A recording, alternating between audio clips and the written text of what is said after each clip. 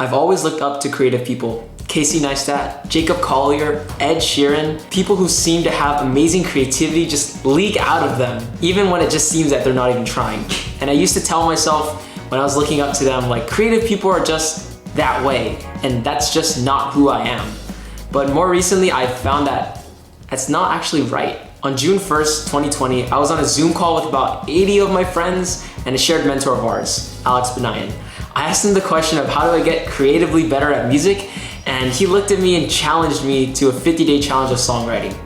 Now, I've never written a song before that. Actually, I wrote a song once, but I remember it was so excruciatingly painful, and I just really did not like the process at all. But to get my creativity jump-started, he recommended I watch the documentary Songwriter by Ed Sheeran. And I had a huge fear of not being able to be creatively enough or just create anything that's good when I first started the challenge. But I knew that I had to get over it, or else I wouldn't complete my 50 songs, and I would let my 80 friends down, Alex down, and more importantly, myself down. So I created a structure around it. And about a week ago, on July 21st, 2020, got back down and I finished my 50 days of songwriting. I succeeded! And that left me with a couple questions of, why did I fear creativity so much? Personally, I faced 3 huge obstacles. Number 1, feeling dead tired when I sat down to create. Number 2, feeling stuck and feeling like I have creative block. And number 3 was feeling uninspired. So here are the 3 things I discovered on my 50-day journey that have helped me overcome these creative obstacles. And there are just 3 things, they go in order of importance. So let's get down to it. Number 1, the first thing I learned was to create a creative container. And basically what that is a time and a space. Do I have a set time where I'm going to be actually creating things, and do I have a space that I know I can create consistently at? So for me, this was an hour of songwriting a day right here in my room. That was my commitment, and that's how I created my creative space.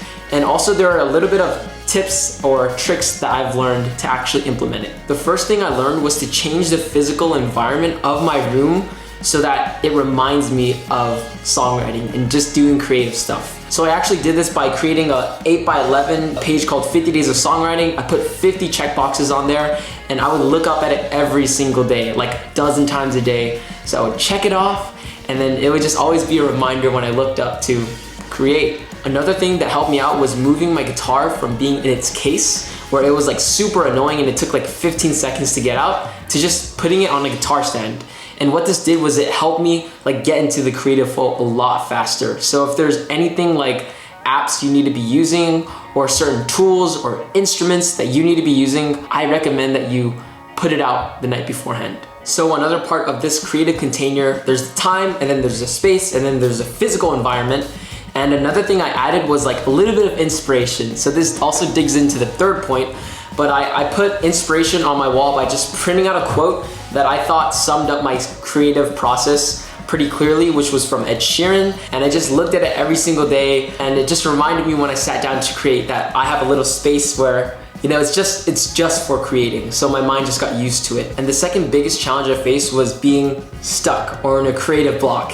And from that came the lesson of never let yourself be stuck or never let yourself be in a creative block. Basically, this challenge presented itself in the form for me of just having a blank screen with no lyrics at all, with no melodies, with no chords, and I would just be sitting with my guitar and just looking at the screen, not knowing what to do. And I got over it by realizing that there's actually something I could do about it, which is to bring ideas to the table. So for me, what I did was anytime I had a little thought of a melody or like a chord or like lyrics, I would write it down on my phone, or I would get my iPhone's voice record app down and I would just press it and then just speak it or say it or sing whatever was on my mind. And that helped me capture all of my ideas that were in the other 23 hours. Well, actually I was sleeping, and that helped me capture all the other ideas I had about music and creativity when I was not actually sitting down with my guitar. Some other mediums I also used to capture these ideas down were journals, small notebooks, and online note-taking apps. And they're all super helpful because it just lets me pull up all my creative ideas that I've once had before and just lets me lay them out and then not start from zero. One last thing on this topic, I also got advice from InQ, who is a poet, songwriter, and performer, about approaching all creative work with an entry point. And basically what the entry point does is it allows us to frame our whole mind about what we're creating. So for example, he approaches his poems and writing his poems from the stance of truth. Like, what's the fundamental truth behind the story I'm trying to tell, and how do I put that to actual words, to verses, onto a poem? And for me, I use this by writing like a one line at the top of my lyric page of just saying, this is the story I want to write about, or this is what I want the whole song to be about. And it's helped me frame so many of my ideas into like a cohesive form so that I can actually create with it. And the last big obstacle I faced was just not feeling inspired. And so the biggest lesson I learned from this was to change my creative diet. And this just means change the content that I consume. So I had 3 major shifts. The first one was going from reading business and self-help books to more storybooks.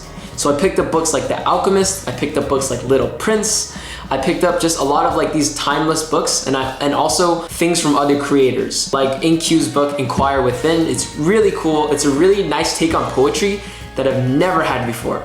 So that's something that just really inspired me a lot. And those 3 books are personal favorites of mine now.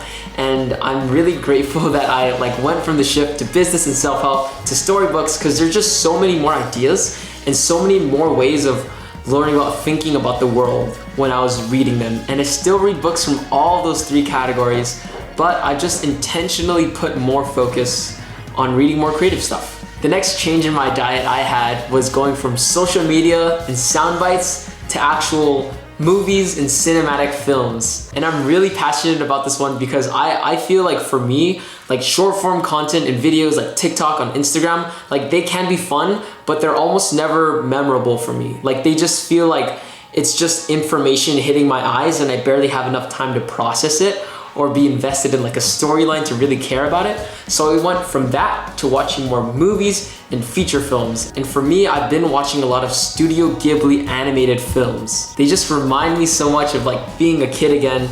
I remember watching Ponyo and Totoro like when I was a little kid, and just to see that they have like this whole other body of work is so cool. I've been diving into like a lot of their past films, and almost every single time the film scores from all those films are just so cool. So I found so much more inspiration in like all the attention to detail and the animation and like the film score in like these movies and cinematic films, as opposed to like short bits of content that I just can't really grasp onto. And then the last thing I did to channel my creativity and to get inspired was to go from listening to music that was in playlists and radios and single songs to actual albums.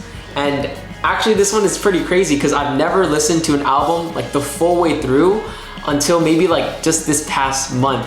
Like I grew up on the radio, always hearing advertisements, different music, different songs, but I think that like just going through an artist's album is just so special because I get to hear everything that they're thinking, all the things that they're exploring, instead of just like the hits, instead of just what fits into the box of what can be on the radio. And so I learned so much from that. And the 2 artists that I've been diving into and that have been my inspirations are Ed Sheeran and Jack Johnson. I just seriously love their work. And it's crazy to see how like Ed Sheeran was making music like all the way back in like 2010. I don't know, it was just crazy. I don't know if I got the date right, but it's just crazy to see like all of his past songs and to listen to all the songs even if they weren't the hits. And I would listen to them and I would be like, oh, like there's not just one dimension to his music. Like there's so much more stories and feelings and emotions, and I would never have had that if I just didn't look at the actual whole album. Like I feel like albums, like they're not as popular right now because there's like Spotify and there's playlists and you can just play the hit songs, but it's so much more meaningful to me because I get to actually be in that artist's mind for a longer time. So that's basically all I have to say today. There's so many other details and nuances in the creative process that I didn't touch on here, but these are the 3 biggest ones I've learned from my 50-day challenge.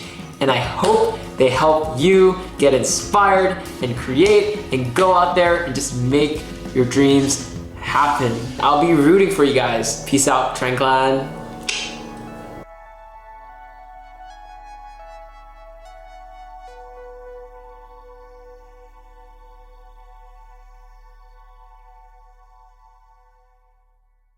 And basically all that is just time and a space. Do I have a time that I'm gonna work out, or and basically what that is a time and a space.